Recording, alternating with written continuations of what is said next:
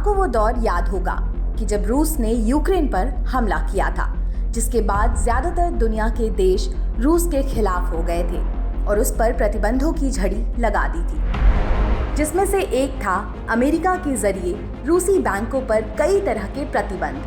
क्योंकि इस फैसले के बाद स्विफ्ट मैसेजिंग सिस्टम से रूसी बैंकों को बाहर कर दिया गया था, इसलिए डॉलर समेत कई करेंसी में रूसी कारोबार के ट्रांजैक्शंस बंद हो गए थे, जिसके बाद रूस को जबरदस्त नुकसान हो रहा था।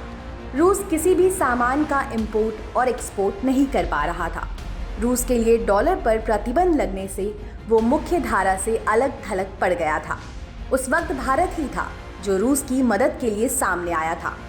रूस ने भारत को रुपये में बिजनेस और ट्रांजैक्शंस करने के लिए प्रोत्साहित किया था, जिसके बाद भारत ने रूस की परेशानी को समझते हुए रुपये में ट्रांजैक्शन शुरू किया। लेकिन अब इसी रूस ने भारत को बड़ा झटका दिया है। रूस ने ऐसा कदम उठाया है जिससे भारत बीच मझधार में फंस गया है। इतना ही नहीं, बल्कि रूस तो अब ऐसे ऐसे कारनामे कर रहा है जिससे भारत को नुकसान और चीन को सीधा फायदा हो सकता है। आइए समझते हैं आखिर मामला क्या है। सबसे पहले जान लीजिए रूस ने क्या कदम उठाया है। भारत और रूस के बीच रुपए में व्यापार करने को लेकर रूस ने इनकार कर दिया है। शंघाई सहयोग संगठन के विदेश मंत्रियों की बैठक के दौरान गोवा में आए रूस के विदेशी मंत्री सर्गेई लावरोव ने पत्रकारों को बताया कि रूस के भारतीय बैंकों में अरबों रुपए पड़े हैं, लेकिन वो इसका इस्तेमाल नहीं कर पा रहे हैं। हमें इसे दूसरी मुद्रा में ट्रांसफर करना होगा। इस बयान के मायने समझते हैं। जब रूस ने भारत को रुपए में ट्रांजैक्शंस करने के लिए जोर दिया था, तो भारत ने रूस से भारी मात्रा में कच्चा तेल और कोयला खरीदा और तय हुआ कि सारे ट्रांजैक्शंस अब रुपए में ही होंगे। चूंकि रूस सस्ता तेल दे रहा था, इसलिए भारत ने अपना इंपोर्ट बढ़ाना शुरू कर दिया था। भारत की ओर रूसी हथियार, तेल, कोयला और दूसरी चीजों का इंपोर्ट बढ़ने से रूस का ट्रेड सरप्लस हो गया, यानी कि भारत और रूस के बीच व्यापार संतुलन रूस के पक्ष में झुका हुआ है और रुपए में पेमेंट लेने के चलते रूस के पास रुपए का भंडार लग गया है।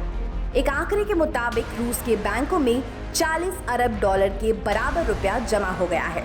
दूसरी ओर रूस इस पैसे का अंतर्राष्ट्रीय व्यापार के लिए इस्तेमाल नहीं कर पा रहा है, क्योंकि उसके पास रुपए को लेकर विकल्प सीमित है और वैसे भी पश्चिमी देशों ने उस पर कई तरह प्रतिबंध लगा दिए हैं। इसका असर ये हो रहा है कि रूस के बैंकों में पड़े रुपए की वैल्यू लगातार घटती जा रही है। ऐसे में रुपए की दूसरी करेंसी में कन्वर्जन की लागत भी बढ़ गई है। रिपोर्ट के मुताबिक अगर रूस भारत के साथ रुपए में पेमेंट लेता रहा तो उसके पास हर साल करीब 3,27,000 करोड़ रुपए जमा होंगे। रूस का मानना है कि इतने रुपए इकट्ठे होना उसकी वित्तीय सेहत के लिए ठीक नहीं है। वहीं दूसरी ओर रूस चाहता है कि अब भारत को पेमेंट युआन या किसी दूसरी करेंसी में करना चाहिए, क्योंकि अगर भारत ये पेमेंट युआन में करेगा तो ये सौदा भारत के लिए महंगा साबित होगा, लेकिन चीन को इसका सीधा फायदा मिलेगा। इस झटके का एक पहलू ये भी है कि रूस के साथ भारत ने नोवोस्ट्रो अकाउंट खोले हैं और पेमेंट भी उसमें रुपए में ही हो रही है।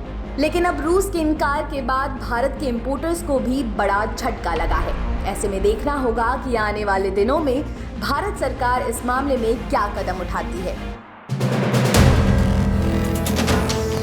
वीडियो पसंद आया तो हमें लाइक, कमेंट, शेयर और सब्सक्राइब जरूर करें।